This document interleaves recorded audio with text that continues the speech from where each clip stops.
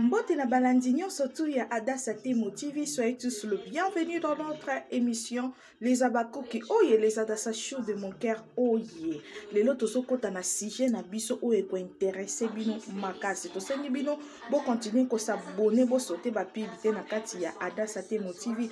Toko talombango na kati ya sujet na biso ya mukolo ya lelo.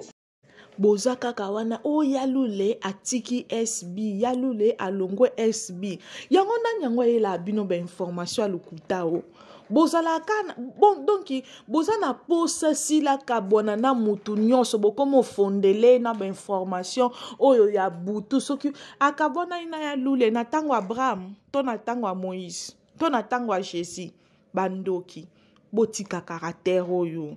eloko bobundane na streaming kuna film ezokota nde kuna mam sa memi théâtre na niveau likolo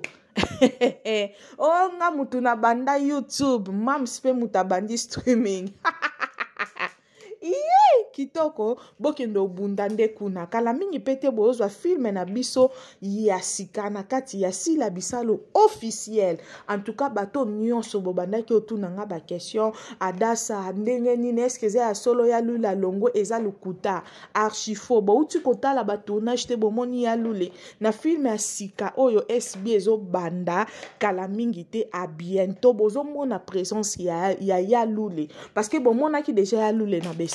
mais batu baye kokosa bino lisusu ke oya lula longo eza lukuta bawana nyonso baza benemi ya sila bisalo balukaka sila bisalo be banana batu po bango bazwa raison ke bomoni belvi kutazalaka bien batu balandake parce que akabaka sila batu nyonso bazokime po akabaka te mama eza na batu misusu ata akabaka te mais ayebi kovanda na batu eza na mutu mususu o akabaka mais aza na savoir vivre te okabaka po koma ko rappeler batu nyonso ke nga na pesa ki yo nga na sala ki yo c'est pas bien si la na temps ya repos botika ya se reposer makamuna etango ko sila nyonso akoya sila aza très bien botika mams na biso boitika ko créer sila babinemi oyo ayebite babinemi moko o italiete ya lule ya babakuk tonton ya babakuk aza na kati ya SB bolobi lobi ebele biso to okipe bino te to tikeli bino kaka débat défi eza kaka bokotisa na streaming kuna ebeta basa 50k bokoma kuna botia film kuna esili 2025 toza na makamba ko expliquer ebele te makamba ko banda ko expliquer ezalaki ezongisaki toko kango susu te tolingi to mona nde misala nde o nga na YouTube nga mutu na yana yesiko na streaming mam sunde mutako mema bino en tout cas bozala poser penza biloko déjà balambi kala te bozo zwa je crois que semaine na biso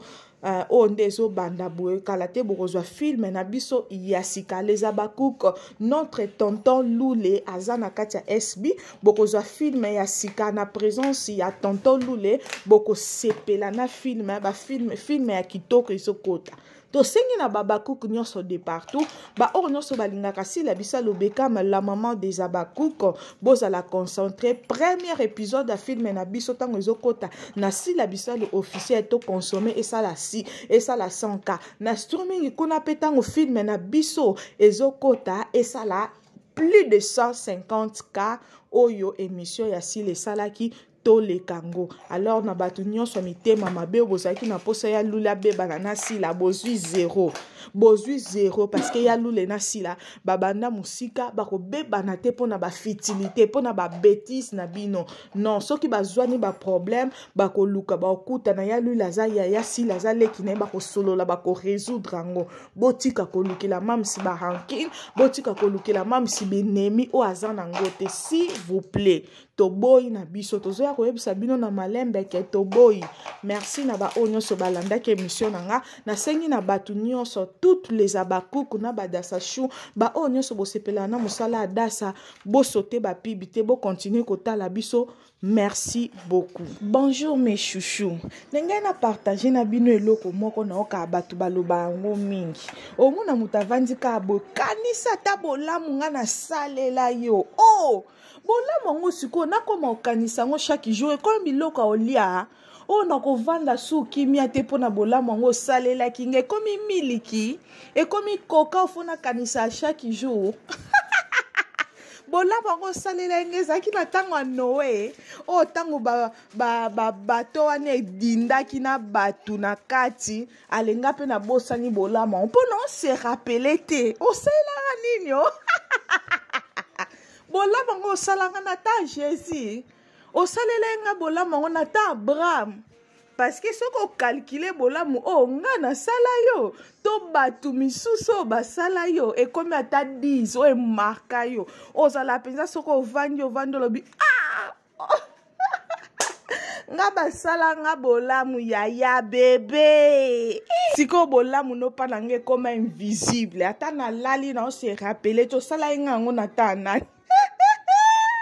Il y a des choses dans ce monde.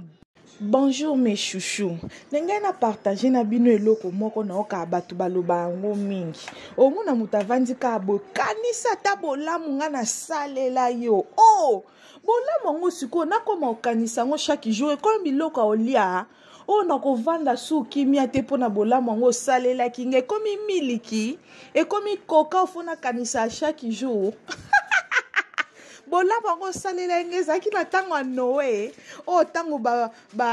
bato wana edindaki na bato na kati alenga mpe na bosani bolamu yango mpo na ose rapele te osalelaka nini o bolamu yango osalanga na ta Jésus osalela nga bolamu yango na ta Abraham parce que soki okalkile bolamu oyo nga nasala yo to bato misusu oyo basala yo ekomi ata 10 oyo emarka yo ozala mpenza soki ovandi olobi